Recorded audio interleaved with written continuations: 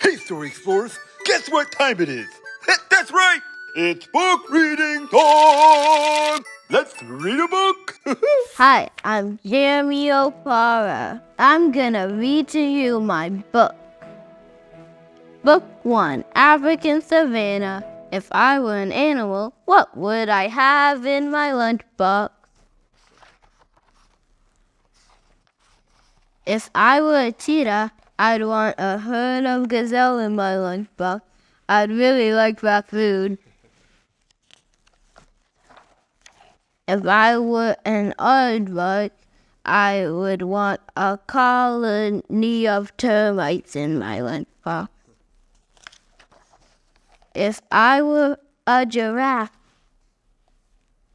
I would want some leaves in my lunchbox. If I were an elephant, I'd want some fruit in my lunchbox. If I were a crocodile, I'd want an army of frogs in my lunchbox. If I were a wildebeest, I'd want some grass in my lunchbox. If I were a rhinoceros, I'd want some bushes in my lunchbox. If I were a gazelle, I'd want some plant buds in my lunchbox. If I were a spotted hyena, I would want a herd of antelope in my lunchbox.